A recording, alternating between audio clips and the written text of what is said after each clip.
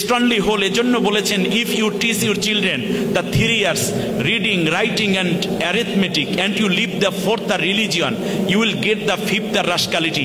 তুমি যদি তোমার সন্তানকে 3টা আর শেখাও, পড়া, লেখা এবং গণিত বিদ্যা, কিন্তু যদি তুমি তাকে ধর্মীয় শিক্ষা না দাও, তাহলে তুমি তাকে বদমাইশ হিসাবে পাবে। আজকে এজন্য প্রত্যেক বাবা মায়ের উচিত সন্তানকে মোরালিটি ডেভেলপ করা, আর ওই মোরালিটি আপনার সন্তানকে শিক্ষা দিয়ে, একদিকে মেধা, অপরদিকে তার নৈতিকতাকে শিক্ষা দিয়ে মানুষ হিসাবে সুন্দর সন্তান গড়ে তোলার দায়িত্ব পালন করে যাচ্ছে ইসলামী ছাত্র শিবির। যেই দায়িত্বটা আপনার ছিল, সেই দায়িত্বটা কাঁধে নিয়ে চলেছে ইসলামী ছাত্র শিবির। আপনি বাংলাদেশের দ্বিতীয় আর কোনো সংগঠন যে আপনার সন্তানকে নামাজের কথা বলবে না, কোনো ছেলেকে বলবে না যে তুমি মেয়েদের দিকে তাকিয়ে এভাবে কথা বলবে না, তুমি মা বাবার প্রতি খেদমত করো, 5 ওয়াক্ত নামাজ পড়ো, রমজানের রোজা রাখো, প্রতিদিন তুমি কোরআন তেলাওয়াত করো। এই কথা আপনার সন্তানকে তো শেখানো হচ্ছে না, কিন্তু এই জায়গাটা পূরণ করে যাচ্ছে ইসলামী ছাত্র শিবির। অতএব আপনার সন্তানকে আপনি ইসলামী ছাত্র শিবিরে দিয়েছেন মানে আপনার সন্তান এডিক্টেড হবে না, সে কোনোদিন অন্যায় কাজ করবে না, সে কোনোদিন নৈতিকতা বিবর্জিত কাজ করবে না, ছাত্র জীবন শেষ করে সে ঘুষখোর হবে না, দুর্নীতিবাজ হবে না, সে খুনি হবে না, সে কোশ্চিনকালেও আপনার প্রতি চোখ তুলে রাগান্বিত হয়ে কথা বলবে না। অতএব ইসলামী ছাত্র শিবির প্রত্যেক অভিভাবকের জন্য সবচেয়ে বড় একটি নিয়ামত, আর সন্তানদের জন্য হচ্ছে এটি একটি সবচেয়ে বড় মানুষ গড়ার নিপুণ কারিগর। বাংলাদেশের ইসলামী অঙ্গনের অন্যতম ব্যক্তিত্ব, সারা জাগানো ইসলামী স্কলার, বিশিষ্ট আলেমে দ্বীন হজরতুল আল্লাম জনাব হজরত মাওলানা শেখ জামাল উদ্দিন। এই পর্যায়ে বক্তব্য নিয়ে আসছেন বিশিষ্ট ইসলামী স্কলার হজরত মাওলানা শেখ জামাল উদ্দিন। মোহতারামকে তার মূল্যবান বক্তব্য প্রদান করার জন্য বিনয়ের সাথে অনুরোধ করছি। আসসালামু আলাইকুম ওয়া রাহমাতুল্লাহি ওয়া বারাকাতুহু। আলহামদুলিল্লাহি রাব্বিল আলামিন আল্লাযী শাররাফা আন-নাসা বিল কুরআনিল আযীম ওয়াস সালাতু ওয়াস সালামু আলা রাসূলিল্লাহ সাল্লাল্লাহু আলাইহি ওয়াসাল্লাম ওয়া খুলুকিন আযীম ওয়া রাহমাতুল লিল আলামিন ওয়া আলা আলিহি ওয়া আসহাবিহি আজমাইন ওয়াল্লাযীনা ইত্তাবা'হুম বিইহসানিন ইলা ইয়াউমিদ্দিন। সমুদ্রকন্যা কুয়াকাটা, লালন ভূমি, পটুয়াখালী জেলা।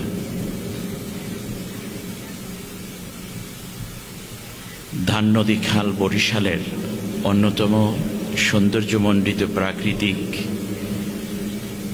হাজারো আয়োজন দিয়ে এই উর্বর সবুজ ভূমির অপার সম্ভাবনার অন্যতম সম্ভাবনার খনি যারা মেধাবী শিক্ষার্থী ভাই বোনদেরকে নিয়ে আয়োজিত A+ প্রাপ্ত ছাত্রছাত্রীদের সংবর্ধনা অনুষ্ঠান।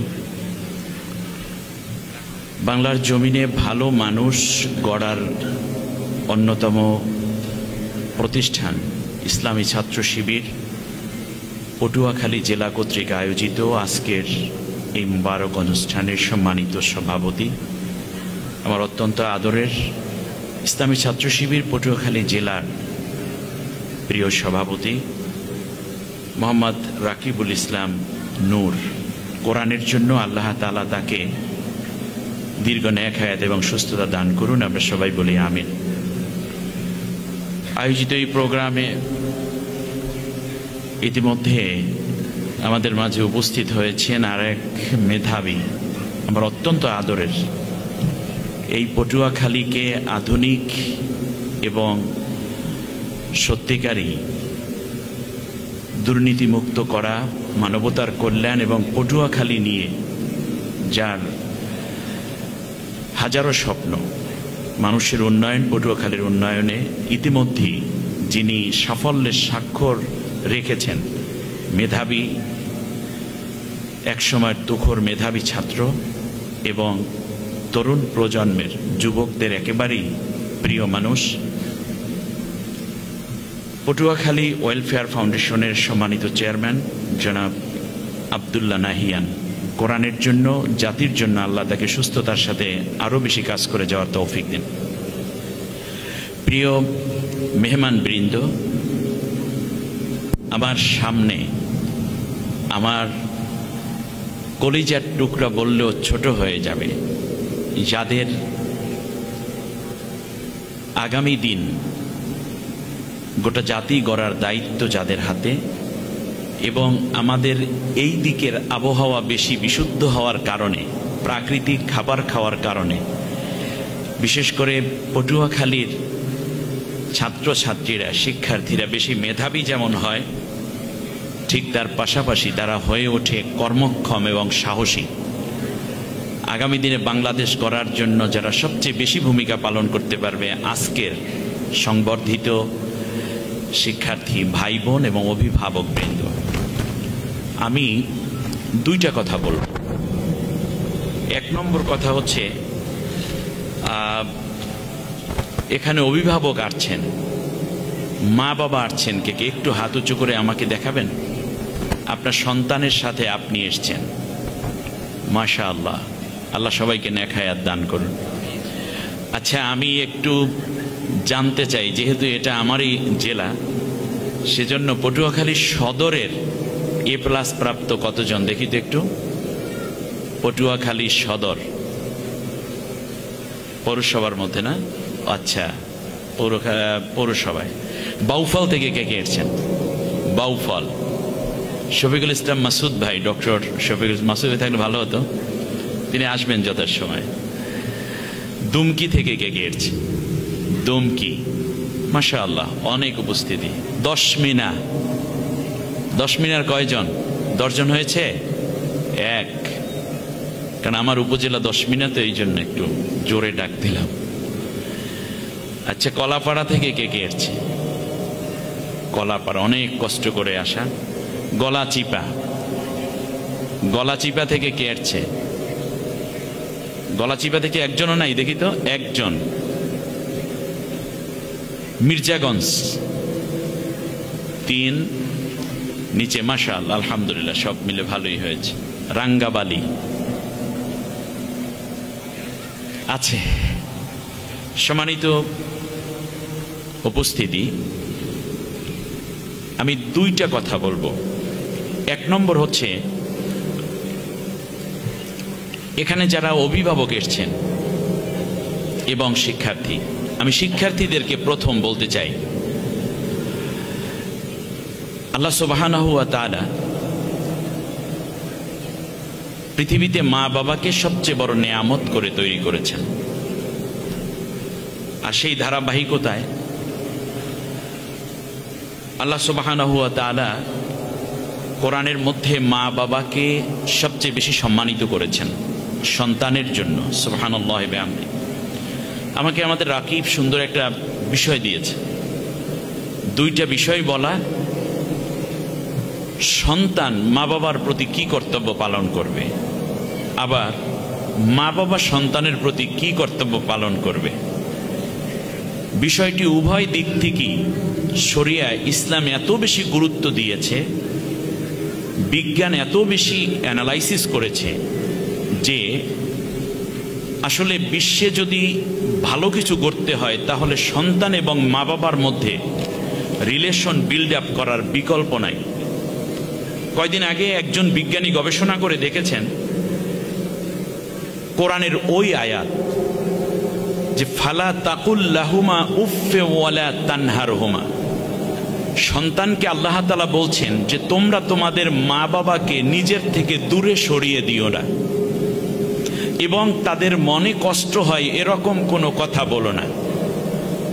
বিজ্ঞানী গবেষণা করে দেখেছেন যে মা বাবাকে যদি কোনো সন্তান দূরে সরিয়ে দেয় অথবা কোনো সন্তানের প্রতি রাগ করে যদি মা বাবা সন্তানকে দূরে সরিয়ে দেয়, তাহলে দুইজন সবচেয়ে বড় দুইটি রোগের ঝুঁকিতে ভোগে। একটি স্ট্রোক জনিত, আরেকটি হচ্ছে মরণ ব্যাধি, যাকে আমরা কি বলি বলো দেখি? ক্যান্সার। তার কারণ সন্তানের দিকে যখন মা বাবা তাকায় তখন অক্সিটোসিন একটা উপাদান শরীরের মধ্যে যা নির্গত হয়, আবার সন্তান যখন মা বাবার দিকে তাকায় তখনও ঠিক এই উপাদানটা শরীরের মধ্যে প্রচুর পরিমাণ নির্গত হয়। ফলে উভয়ের সমস্ত এই দুইটা জটিল রোগ থেকে তারা দুইজন সেফ থাকতে পারে, হেফাজত থাকতে পারে। আজকে আমি আস্তে আস্তে চিন্তা করলাম যে আল্লাহ তাআলার কোরআনের আয়াত নিয়ে গবেষণা হলো। এই পৃথিবীতে অনেক মা বাবা স্ট্রোক করে, হার্ট অ্যাটাক করে, তার বেশিরভাগ আজকে গবেষণা করে দেখা গেছে সন্তানের কাছে মা বাবা নাই, অথবা মা বাবার কাছে সন্তান নাই। একেবারে সুন্দর করে এই কথাটা মনে রাখেন। আপনি বৃদ্ধ বৃদ্ধা মা বাবাকে দূরে সরিয়ে আপনি সুন্দর ফ্ল্যাট অথবা বাড়ি নিয়ে ঢাকাতে সন্তান বসবাস করে, হঠাৎ করে শুনলো বাবা স্ট্রোক করেছে, ফোন এসেছে, এখন আর কথা বলতে পারে না। সন্তান এসে বাবাকে জড়িয়ে ধরেছে, মাকে জড়িয়ে কাঁদতেছে, আর মা বাবা তো অস্থির হয়ে গেছে। সন্তান আপনি যদি ওই স্ট্রোক করার আগে আসতেন, অক্সিটোক্সিন যখন এটা বের হতো তখন রক্তটা রিফাইন হতো, হৃদয়ের সমস্ত ঝুঁকিগুলো কমে যেত। ফলে বাবা এবং সন্তানের দুইজনের গায়ের ঘেরানের কারণে তারা দুইজন সেভ হয়ে যেত। খুব জটিল একটা তথ্য। সেখান থেকে যদি আমরা আরো একটু দূরে চলে যাই, হযরতে ইউসুফ আলাইহিস সালাম, আমরা নাম শুনেছি কিনা? ইউসুফ আলাইহিস সালাম, ইয়াকুব আলাইহিস সালামের আরো 10টি সন্তান আছে, কিন্তু বেশি মহব্বত এবং আদরের সন্তান হইল ইউসুফ আলাইহিস সালাম। এখানে প্রত্যেকটা সন্তানই মা বাবার আদরের, কিন্তু এরপরেও ইউসুফ আলাইহিস সালামের প্রতি ছিল বেশি মমতা ইয়াকুব আলাইহিস সালামের। যখন অন্য ভাইয়েরা তাকে কূপে ফেলে আসলো, মাঝখানে কেটে গেছে দীর্ঘ 27টি বছর। এই 27 বছরে হযরতে ইয়াকুব আলাইহিস সালাম অর্থাৎ পিতা সন্তানের জন্য কাঁদতে কাঁদতে অন্ধ হয়ে গেছে। তাহলে বোঝা যায় সন্তানের সংস্পর্শে আসার কারণে বাবার শরীর সুস্থ থাকে, আবার বাবার সংস্পর্শে, মায়ের সংস্পর্শে আসার কারণে সন্তানের মেধাশক্তি বেড়ে যায়, তার সুস্থতা বেড়ে যায়। হযরতে ইউসুফ আলাইহিস সালামের এক সময় যখন ভাইয়েরা পরিচয় পেলেন, মিশর থেকে রওনা করেছেন, তখন বললেন, আমরা এই কাহিনী বলার জন্য আমি বলছি না, আজকের বিজ্ঞান যে সত্য প্রমাণিত করেছে সেটা কোরআন কত আগেই বলে রেখেছে। যখন বলা হলো যে আব্বাকে নিয়ে আসবে দ্বিতীয়বারে, তখন অন্য ভাইরা বলল যে ভাই আমাদেরকে তুমি মাফ করে দাও, আব্বা তো আসতে পারবেন না, কারণ তিনি এত দুর্বল হয়ে গেছেন, তিনি এত বেশি অসুস্থ হয়ে গেছেন, তিনি উটের পিঠেও বসে থাকার কোনো সাধ্য নাই, কারণ তিনি তোমার জন্য কাঁদতে কাঁদতে বিছনায় পড়ে গেছেন, আর তিনি অন্ধ হয়ে গেছেন। সাথে সাথে হযরতে ইউসুফ আলাইহিস সালাম মিশরে বসে তিনি তার গায়ের জামা খুলতেছেন। তোমরা কি শুনতেছো ছাত্রছাত্রী ভাই বোনেরা? গায়ের জামা খুলতেছেন কোথায় বসে? মিশরের রাজধানী কায়রোতে বসে। আর ইয়াকুব আলাইহিস সালাম তাকে জর্দানের রাজধানী আম্মানে।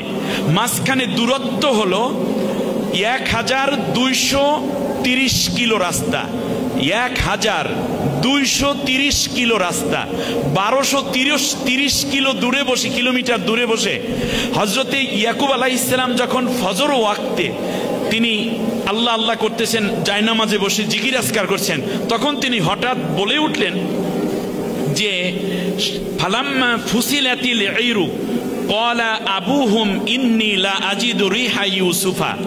তিনি বললেন যে আমি আমার ইউসুফের গায়ের ঘেরান পাচ্ছি।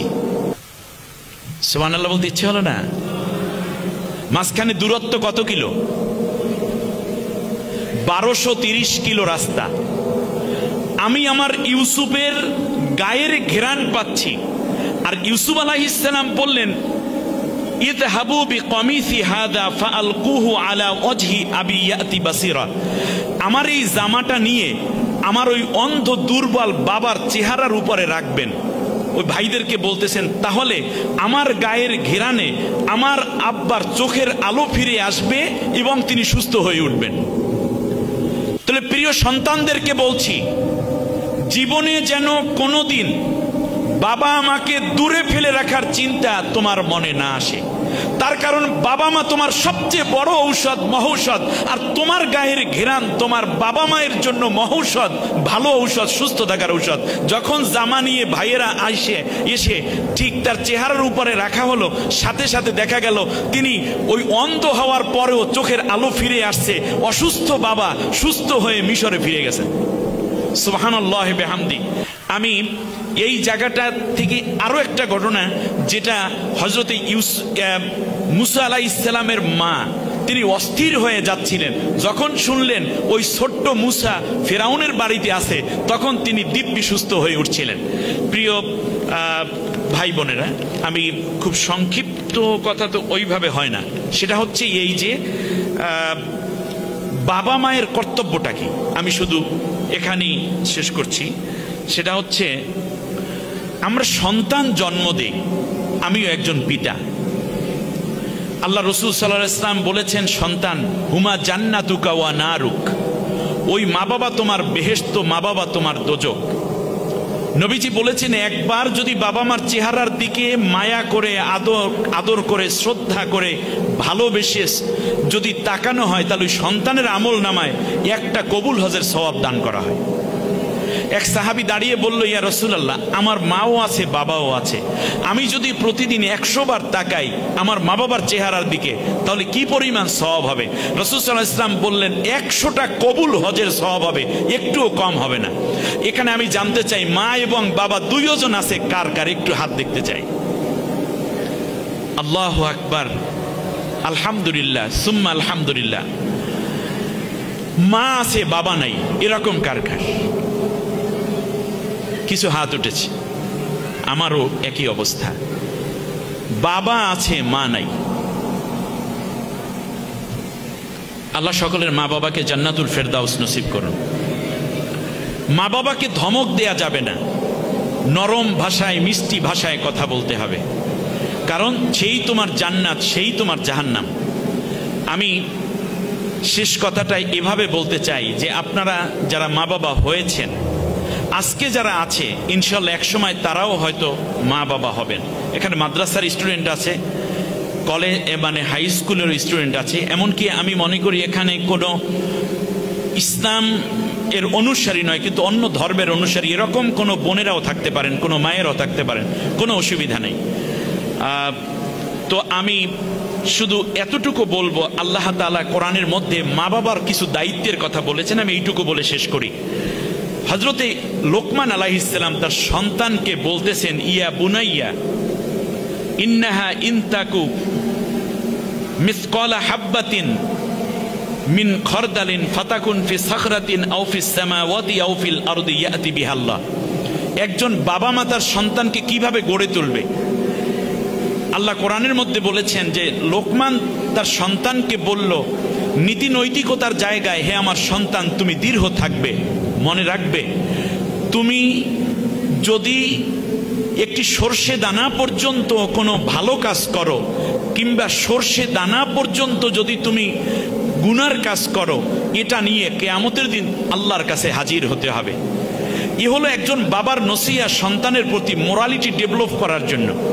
আমাদের সন্তানদের এখানে অনেকে আছেন, সন্তান পরীক্ষা দেয়, আপনি 3 ঘন্টা মাঠের মধ্যে দাঁড়িয়েছিলেন, সন্তানের ব্যাগ বহন করেছেন, কিন্তু আপনি যদি তাকে মোরালিটি শিক্ষা না দেন, স্ট্রংলি হোল। এজন্য বলেছেন, if you teach your children the 3 years reading, writing and arithmetic and you leave the 4th the religion, you will get the 5th the rascality। তুমি যদি তোমার সন্তানকে 3টা আর শেখাও, পড়া, লেখা এবং গণিত বিদ্যা, কিন্তু যদি তুমি তাকে ধর্মীয় শিক্ষা না দাও, তাহলে তুমি তাকে বদমাইশ হিসাবে পাবে। আজকে এজন্য প্রত্যেক বাবা মায়ের উচিত সন্তানকে মোরালিটি ডেভেলপ করা, আর ওই মোরালিটি আপনার সন্তানকে শিক্ষা দিয়ে, একদিকে মেধা, অপরদিকে তার নৈতিকতাকে শিক্ষা দিয়ে মানুষ হিসাবে সুন্দর সন্তান গড়ে তোলার দায়িত্ব পালন করে যাচ্ছে ইসলামী ছাত্র শিবির। যেই দায়িত্বটা আপনার ছিল, সেই দায়িত্বটা কাঁধে নিয়ে চলেছে ইসলামী ছাত্র শিবির। আপনি বাংলাদেশের দ্বিতীয় আর কোনো সংগঠন যে আপনার সন্তানকে নামাজের কথা বলবে না, কোনো ছেলেকে বলবে না যে তুমি মেয়েদের দিকে তাকিয়ে এভাবে কথা বলবে না, তুমি মা বাবার প্রতি খেদমত করো, 5 ওয়াক্ত নামাজ পড়ো, রমজানের রোজা রাখো, প্রতিদিন তুমি কোরআন তেলাওয়াত করো। এই কথা আপনার সন্তানকে তো শেখানো হচ্ছে না, কিন্তু এই জায়গাটা পূরণ করে যাচ্ছে ইসলামী ছাত্র শিবির। অতএব আপনার সন্তানকে আপনি ইসলামী ছাত্র শিবিরে দিয়েছেন মানে আপনার সন্তান এডিক্টেড হবে না, সে কোনোদিন অন্যায় কাজ করবে না, সে কোনোদিন নৈতিকতা বিবর্জিত কাজ করবে না, ছাত্র জীবন শেষ করে সে ঘুষখোর হবে না, দুর্নীতিবাজ হবে না, সে খুনি হবে না, সে কোশ্চিনকালেও আপনার প্রতি চোখ তুলে রাগান্বিত হয়ে কথা বলবে না। অতএব ইসলামী ছাত্র শিবির প্রত্যেক অভিভাবকের জন্য সবচেয়ে বড় একটি নিয়ামত, আর সন্তানদের জন্য হচ্ছে এটি একটি সবচেয়ে বড় মানুষ গড়ার নিপুণ কারিগর। আপনার সন্তানকে আপনি এখানে দিতে পারেন ভালো মানুষ হয়ে গড়ে ওঠার জন্য। যেই কথাটি আপনি বলতে পারেননি সেই কথাটি ইসলামী ছাত্র শিবির আপনার সন্তানকে শিখিয়ে দিচ্ছে। আলহামদুলিল্লাহ। আল্লাহ রাব্বুল আলামিন এরপর আবার বলছেন, শোনো, ইয়া বুনাইয়া আকিমিস সালাহ, হে আমার সন্তান। লোকমান আলাইহিস সালাম হচ্ছে আপনার সন্তানকে আপনি তো নামাজের শিক্ষা দেননি, কিন্তু দেখুন মা বাবা হিসেবে এটা উচিত ছিল তুমি নামাজ কায়েম করবে, মানুষকে ভালো কাজের আদেশ দিবে, ওয়ানহা আনিল মুনকার, খারাপ কাজের নিষেধ করবে, ওয়াসবির আলা মা আসাবাকা ইন্না যালিকা মিন আজমিল উমুর। আমার সন্তান মনে রাখবে এই ভালো কাজের আদেশ দিবা এবং খারাপ কাজ যখন তুমি নিষেধ করবে, যে সাদাবাজি করবা না, দুর্নীতি করবা না, তুমি অন্যায় করবে না, মাদক সেবী হবে না, বিদেশে টাকা পাচার করবে না, এ কথা যখন বলবে তখন সমাজের বুর্জুয়ারা শ্রেণী, স্বার্থান্বেষী শ্রেণী তখন তোমাকে বিভিন্ন রকম গালিগালাজ করবে। সেই ক্ষেত্রে তুমি ধৈর্য ধারণ করে সত্য প্রচার করে যাবে। আজও পর্যন্ত ইসলামী ছাত্র শিবিরের প্রায় 2 শতাধিক ছাত্রকে হত্যা করা হয়েছে।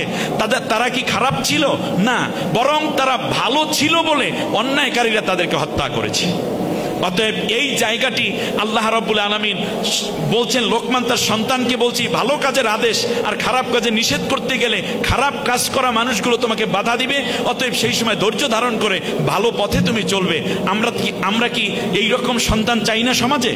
হযরতে লোকমান আলাইহিস সালাম আবার বলছেন, ওয়ালা তুসাব্বির খাদ্দাকালিন নাস ওয়ালা তামশি ফিল আরদে। তুমি ভালো রেজাল্ট করেছো, তুমি বড় লোকের ছেলে, অথবা তুমি দেখতে সুন্দর, এই জন্য তুমি মানুষকে হেয় প্রতিপন্ন করবে না, মানুষকে ছোট জ্ঞান করবে না। মনে রাখবা, অহংকার করে জমিনের বুকে চলাফেরা করবে না, নীতি নৈতিকতা ঠিক রাখবে।